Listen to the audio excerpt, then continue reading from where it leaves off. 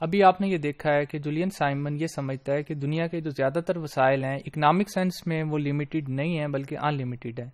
اس کی تھیوری کو ہم پہلے ایکسپلین کر چکے ہیں. اس کے خیال میں کون سی چیز سب سے زیادہ اہم ہے؟ اس نے اپنی بک کا نام رکھا ہے the ultimate resource, the most important resource is human being, اور اس نے اس کو اس طرح ایکسپلین کرنے کی کوشش کی ہے کہ انسانوں کی قدر و قیمت اکنامک سینس میں کیا ہے. اس کے الفاظ کو میں دہراتا ہوں. There is only one important resource which has shown a trend of increasing scarcity rather than increasing abundance. اس کے خیال میں آج تک کی دنیا میں ایک ہی ایسا وسائل جس کو آپ کہہ سکتے ہیں کہ ریسورس ہے جو کہ سب سے زیادہ قیمتی ہے، اور اس نے اکنامک سینس میں اپنی اس کی جو ورتھ ہے اس کو شو کیا ہے، اور وہ یہ کہتا ہے کہ that resource is the most important of all human beings. An increase in the price of people's services is a clear indication that people are becoming more scarce even though there are more of us.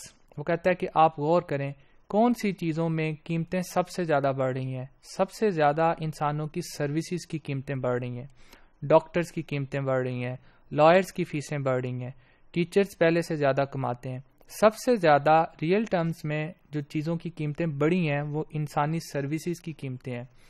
آپ ذرا آس پاس کے لوگوں سے پوچھیں. میں personally خود ایسے لوگوں سے ملا ہوں. 2005 میں پلاننگ کمیشن میں کام کرتا تھا، تو ایک شخص ہمیں لیکچر دینے کے لیے آیا اور وہ بتا رہا تھا کہ میں ایک لیکچر کا 80,000 روپیہ لیتا ہوں. انٹرنیشنل وہ مینجمنٹ پڑھانے والے تھے، اور آپ اس سے اندازہ کریں کہ ایک دو گھنٹوں کی سروسز کے لوگ اس قدر زیادہ پیسے لیتے ہیں کہ انسان اتنا زیادہ نہیں کما سکتا. تو جو چیز سب سے زیادہ مہنگی ہوئی ہے بجائے اس کے کہ اس کی تعداد بہت زیادہ بڑی ہے، وہ انسانوں کی امیجینیشن ہے، ان کی سکلز ہیں، ان کی کیپیبلٹیز ہیں. یہ جولین سائمن کے مطابق ہیومن جو ویلیو ہے وہ بہت زیادہ ہے، اور یہ چیز فیوچر میں اس کی اہمیت اور اس کی ڈیمانڈ بہت زیادہ ہوگی.